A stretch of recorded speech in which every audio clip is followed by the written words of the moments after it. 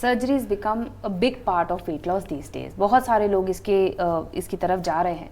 इसके बारे में बताइए, जब लोग आपके पास आते हैं तो आई एम श्योर आप भी पहले कहते होंगे कि भाई एक न्यूट्रिशन से भी चीज़ को मैनेज किया जा सकता है। वो कौन सा पॉइंट आता है जब आपको लगता है कि भाई अब ये नहीं मानेंगे and they opt for surgery?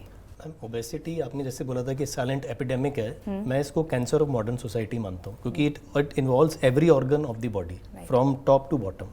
और ये फिजिकल हेल्थ की बजाय mental health, social health, spiritual health को भी इफेक्ट करता है।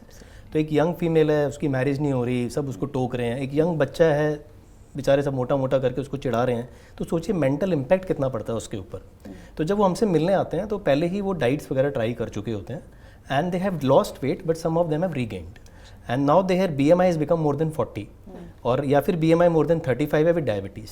BMI हम कैलकुलेट करते हैं height by weight metre square से।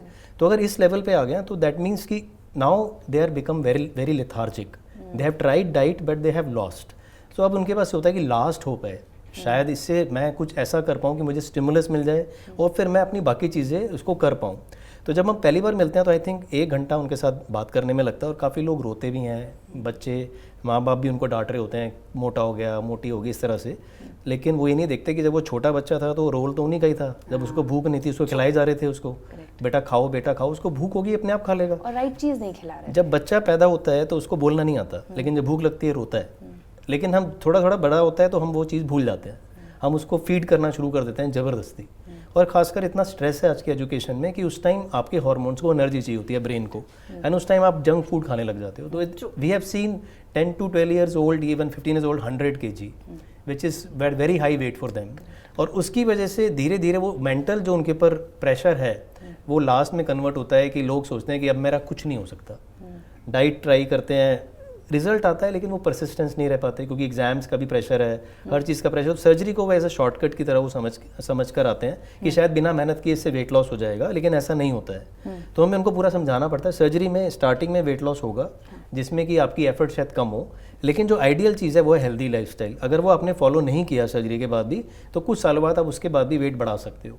फिर थोड़े टाइम बाद आप बोलोगे कि सर्जरी भी फेल हो गई। सर्जरी फेल नहीं हो रही है, हमारी जो इंटेंट है वो फेल हो रही है। अगर आपकी इंटेंट है तो सर्जरी के लिए जो इंडिकेटेड है पेशेंट जिसका BMI मोर देन 40 है या BMI more than 35 with diabetes है, डेफिनेटली उसको काफ़ी हेल्प मिलती है अगर वो सही टाइम पे सर्जरी कराता है। सर मुझे समझाइए, वेट लॉस के लिए सर्जरी ये क्या प्रोसीजर होता है और कितना लॉन्ग लास्टिंग और कितना हेल्दी होता है?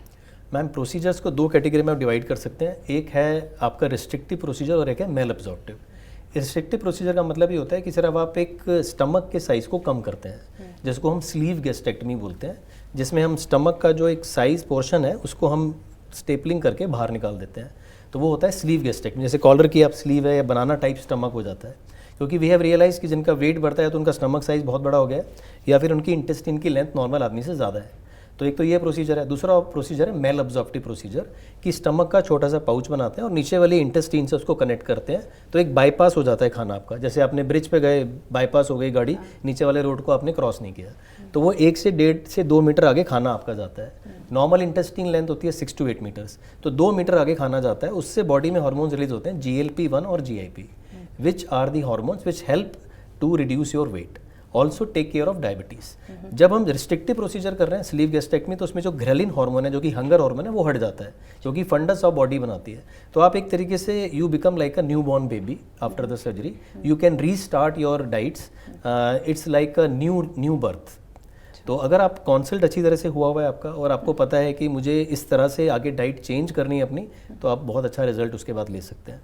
तो 2 कॉमन प्रोसीजर्स हैं, स्लीव गैस्ट्रेक्टमी और बाईपास।